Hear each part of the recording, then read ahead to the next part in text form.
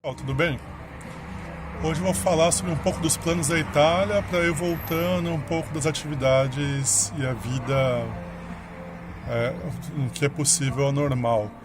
A gente já está mais de um mês de quarentena, isso tem impactos sociais e psicológicos em toda a sociedade.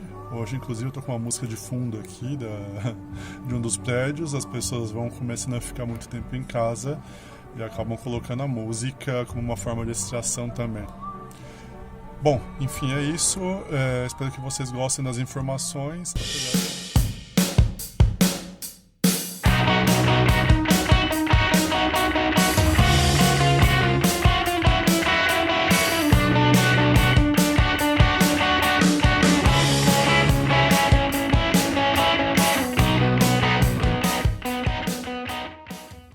Bom, antes de falar das pré-condições, né, que a Itália está pensando e a União Europeia estão pensando para voltar um pouco da vida, não ao normal, não como era antes, mas um pouco das atividades econômicas, né?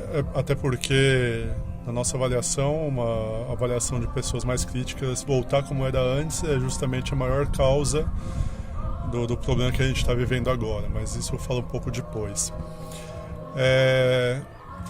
Eu vou contar uma história da pesquisa que fizeram na Alemanha para acabar rastreando como que o coronavírus chegou na Alemanha e quais foram as primeiras pessoas contagiadas e como esse vírus é contagioso, né? Eles rastrearam paciente 0, paciente 1 dentro de uma empresa alemã, paciente 0 que veio da China, o paciente 1 que era dessa empresa, e conseguiram chegar até o paciente número 4, o contagiado número 4. E faltava o elo de contágio entre o 4 e o 5. Ninguém conseguia descobrir o que tinha acontecido, porque eles não trabalhavam no mesmo setor, eles não se encontravam, eles não frequentavam o mesmo andar. Como que aconteceu do contágio passar do paciente 4 para o paciente 5? Depois de muitas perguntas e tal, conseguiram descobrir que um dia eles estavam no refeitório, sentados em mesas diferentes, o paciente 5, o contagiado 5, ele vira e pede o sal para o contagiado 4. O contagiado 4 pega no saleiro, passa o saleiro pro contagiado 5, e só o fato de pegar no saleiro que o cara tinha pegado antes foi suficiente para ser contagiado. Para vocês terem uma ideia do grau, né, do grau de contágio desse novo vírus. Inclusive saiu uma simulação de um vídeo feito por alguns cientistas mostrando o que acontece em relação a ambientes mais fechados. O exemplo é um supermercado. Como que o vírus pode viajar de um corredor para o outro, de um lado para o outro, e permanecer durante alguns minutos no ar e poder contagiar outras pessoas. As partículas mais leves, digamos assim. Por isso que todo contato e todo cuidado deve ser grande, todo contato deve ser evitado, né? Agora sobre o vírus, a origem do vírus. Um espanhol publicou no site El Diario que o número de vírus que estão contagiando animais, estão passando de animais para seres humanos, estão aumentando nos últimos anos, e que pesquisas da Organização Mundial da Saúde e da FAO, que é o órgão da agricultura e da alimentação das Nações Unidas, já indicavam que a produção intensiva de animais, segundo esse autor, Ángel Luiz Lara, ela é responsável pelo aumento de número de vírus e contágio entre animais e seres humanos, a passagem dos vírus dos animais para os seres humanos. No caso da China, que é um dos maiores produtores de proteína animal de forma intensiva do mundo, né, nos anos 80 era 2,5% e agora em 2010 chegou a ser 56% da produção animal de forma intensiva na China. Isso é facilitado porque essa produção vai invadindo áreas de antigas florestas, existe um desflorestamento, os animais selvagens, incluindo os morcegos, eles ficam mais próximos desses ambientes de produção intensiva de animal. Esses ambientes, os animais estão amontoados uns perto dos outros em condições de higiene não muito adequadas, e isso facilita a propagação de vírus. Então, por exemplo, do morcego passa para o porco, os porcos se contagiam e pode chegar ao ser humano. Né? E ano passado houve um grande contágio entre os porcos chineses que diminuiu bastante a produção de carne de porco na China.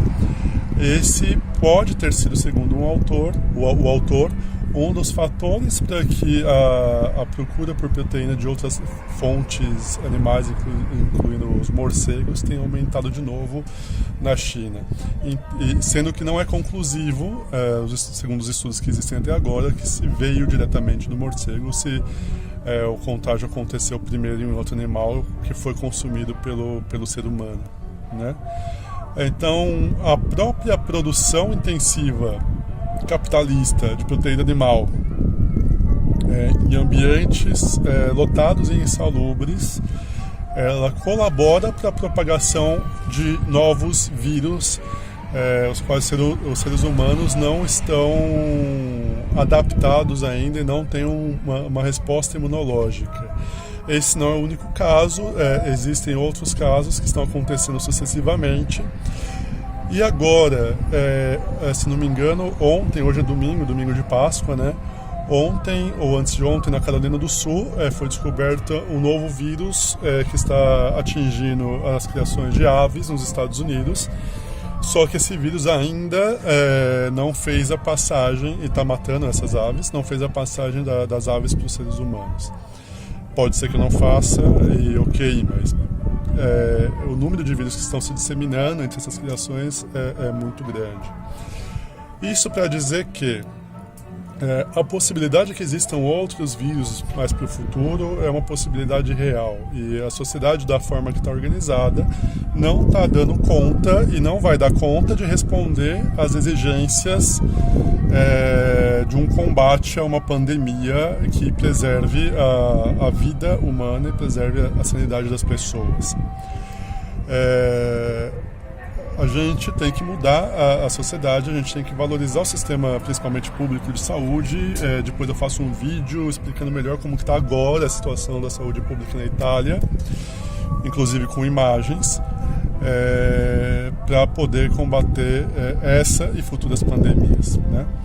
Agora, sobre a situação da abertura, a discussão que está tendo aqui a Confindústria na Itália, por exemplo, ela quer apressar a abertura das atividades industriais. É uma pressão econômica muito grande para que se abram as indústrias com equipamento de proteção individual só naquelas indústrias onde os trabalhadores ficam menos de 1 metro entre um e outro.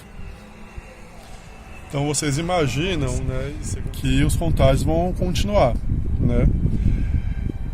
E daí vem a discussão que eu acho que a gente vai ter que fazer, e tem que ser claro, a sociedade tem que estar consciente do que pode acontecer nos próximos meses. Até para conseguir enfrentar esse período de uma forma que preserve mais a sanidade mental na medida do possível. Bom, eu não sou especialista em virologia, mas eu estou lendo bastante coisa aqui sobre essa discussão. E o que os especialistas estão dizendo é que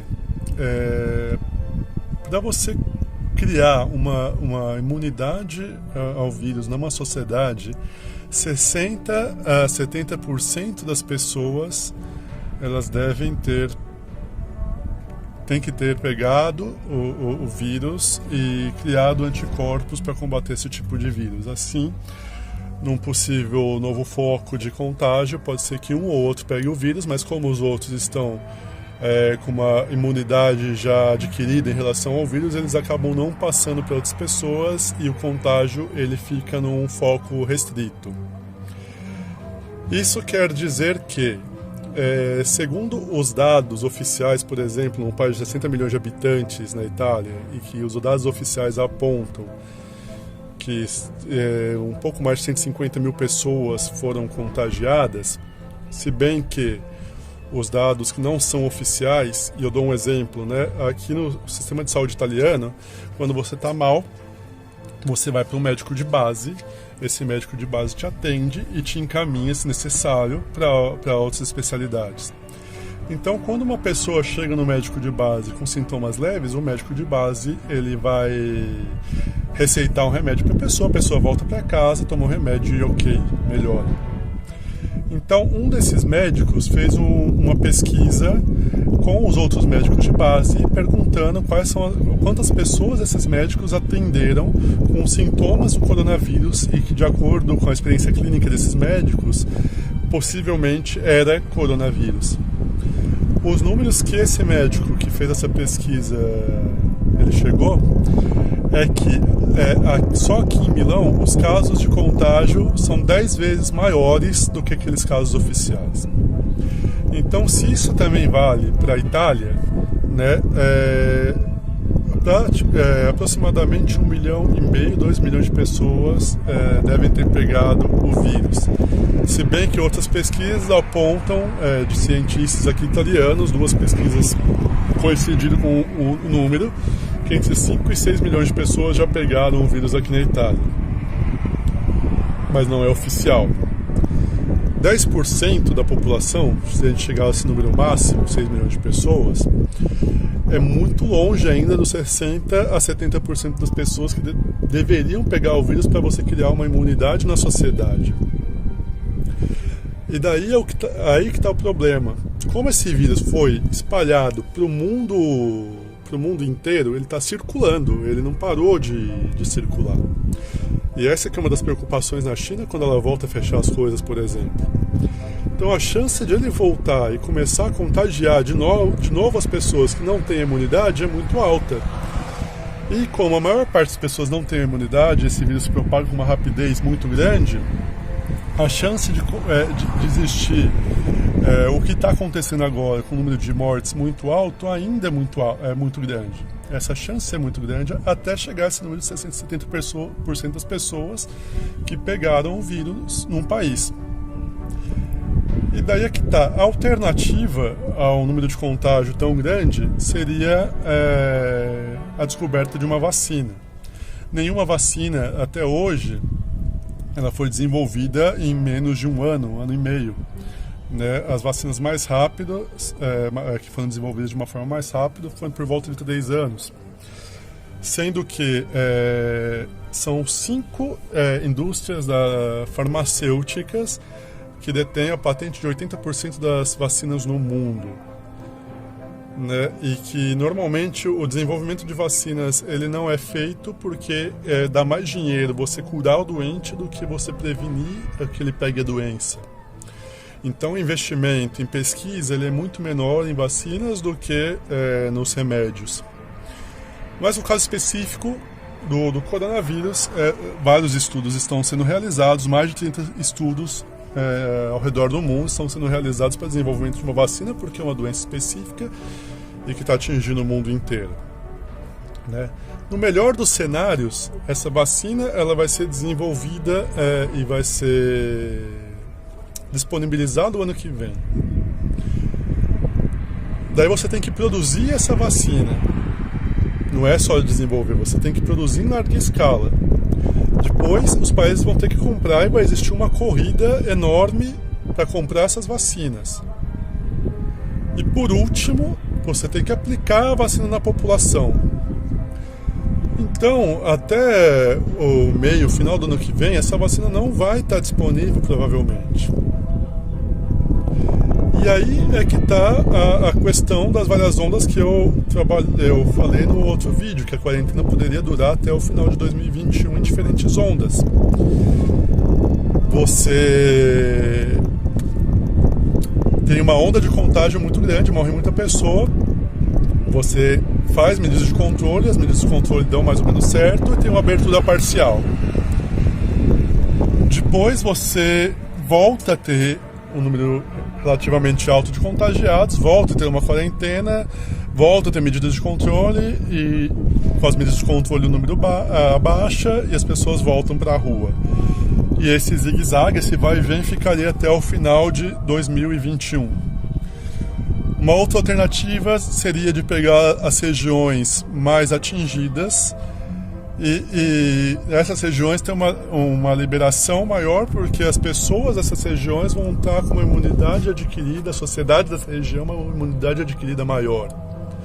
Uma outra alternativa e que está sendo discutido aqui na União Europeia, é isolar o grupo de risco pelo menos até o final do ano. Então, os mais velhos, os que têm a doença adquirida, não sair de casa porque é muito arriscado até o final do ano, até que a sociedade não adquira essa imunidade social, digamos assim, do vírus, ou que se descobrir uma vacina, essas pessoas estão em risco. E testes e mais testes para você conseguir rastrear as pessoas e impedir que as pessoas contagiadas consigam contagiar outras pessoas. Esse cenário ele aponta para que pelo menos as pessoas mais velhas e a pessoa que tem uma doença pré-adquirida, ela vai ter que ficar praticamente completamente isolada, pelo menos até o final do ano, aqui na Europa. Imagino no Brasil que seria um pouco maior o período. Isso quer dizer que, mesmo que se faça atividade de controle e isolamento social de uma forma minimamente responsável, por exemplo, no Brasil, que não está sendo feito até agora, o isolamento social ele vai ter que continuar. O isolamento principalmente da população de risco. E as outras pessoas, se continuar no ritmo que está no Brasil, vão ter que contar com a sorte. Porque nem o famoso achatamento da curva, que é você impedir que as pessoas se contagiem todas de uma vez, porque o lance, enquanto não descobrir a vacina, não é que não vai existir o contágio provavelmente vai existir. O que tem que se impedir é que as pessoas se contagiem de uma vez para que não entre colapso no sistema de saúde e as pessoas consigam se tratar nos hospitais. Porque é uma doença muito agressiva que uma parte significativa das pessoas precisa do hospital e precisa da UTI. No Brasil, onde o SUS ele tem 15 mil leitos de UTI para adulto, e atende 75% das pessoas, por volta de 150 milhões de pessoas no Brasil, tem que usar 15 mil leitos de UTI, a demora para pegar esse vírus é essencial para que menos pessoas morram. Provavelmente vão pegar até se descobrir uma vacina, mas não podem pegar ao mesmo tempo. Ao não se fazer as medidas de isolamento social, e os idosos e a população de risco não pode sair de casa de jeito nenhum. Ao não se fazer essas medidas de isolamento social, o sistema entrou em colapso e vão morrer muitas pessoas. E mesmo que o sistema não entre em colapso, essa é uma doença muito agressiva e mesmo assim a chance de morrer muita gente é grande. Menos quando você tem um atendimento de qualidade, por exemplo, na Alemanha, como eu falei em outro vídeo. O índice de mortalidade na Alemanha é pequeno, mas são milhares de pessoas morrendo do mesmo jeito. E é isso que a gente tem que deixar claro. Não é porque é um índice pequeno que são poucas pessoas. Proporcionalmente é pequeno, mas é muita gente morrendo. Isso a gente tem que deixar claro. E a gente tem que deixar claro que a gente vai ter que trabalhar e aprender a conviver com isso, com esse novo cenário, e que a gente não vai sair desse cenário tão cedo. Não existe milagre. Não existe rezar que as coisas vão se resolver. Não existe torcer para que uma vacina saia nos próximos meses, que não existe isso no mundo real. O que existe a gente vai ter que se adaptar a essa nova situação. E eu falo nesse tom principalmente para as pessoas mais velhas, principalmente para meus parentes, meu pai, minha mãe, meus tios. Se quiserem sobreviver, vão ter que se adaptar e não vão ter que sair de casa, possivelmente até o final do ano, pelo menos. É triste. traz consequências psicológicas horríveis, Como eu falei, a gente está mais de um mês aqui em quarentena e todo mundo está surtando. Na China, em Wuhan, já existem estudos mostrando que a população aumentou o índice de problemas mentais de uma forma enorme ali. Mas a gente vai ter que trabalhar com isso, vai ter que se adaptar. E tem que questionar o sistema que a gente vive. Depois, como eu falei, eu falo sobre o sistema de saúde, mas tem que colocar que a saúde não é uma mercadoria. Não, a pesquisa ela tem que estar voltada para salvar vidas e não para vender remédios, para as indústrias farmacêuticas ganharem rios de dinheiro com patentes de remédios. O sistema de saúde não pode colocar na ponta do lápis o que vai dar lucro, tem que colocar na ponta do lápis o que pode salvar uma vida. E a gente está vendo com o colapso do sistema italiano, com as políticas neoliberais aqui, e o colapso do SUS no Brasil, quando as pessoas privilegiam os planos de saúde, o governo privilegia o plano de saúde e coloca o ministro da saúde, que foi uma pessoa indicada pelo plano de saúde para estar ali. Como isso vai se refletir agora que as pessoas estão precisando do atendimento público de qualidade? E como alguns hospitais desses planos de saúde estão mandando pessoas para o SUS, aumentando ainda mais a demanda de leitos no SUS. Por quê? Porque esses planos de saúde não estão preocupados em tratar as pessoas, mas estão preocupados em minimizar os custos para lucrar. Ou a gente revê a forma de sociedade que a gente está vivendo, ou vão continuar existindo esses problemas. Como eu disse, a produção capitalista de proteína animal está favorecendo o surgimento de outros vírus, como esse. Esse é apenas um. Os outros não se espalharam com tanta rapidez e tiveram outros que foram mais agressivos, mas não se espalharam com tanta rapidez como esse, o Covid-19.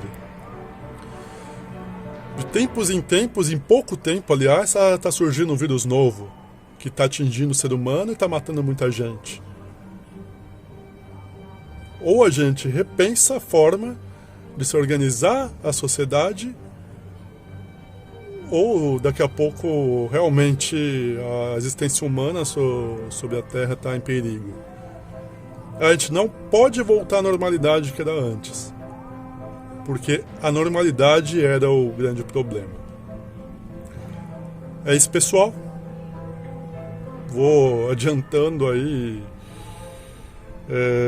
outras informações depois sobre o sistema de saúde aqui, sobre o colapso, sobre vários artigos que estão saindo, não só sobre o Covid-19. É isso, vamos ver o que vai dar e tamo aí. Se tiver alguma dúvida, alguma pergunta, alguma colocação que quiser fazer também, pode colocar no comentário, pode me escrever que me conhece direto, que a gente tenta produzir material sobre. Abraço, tchau, tchau.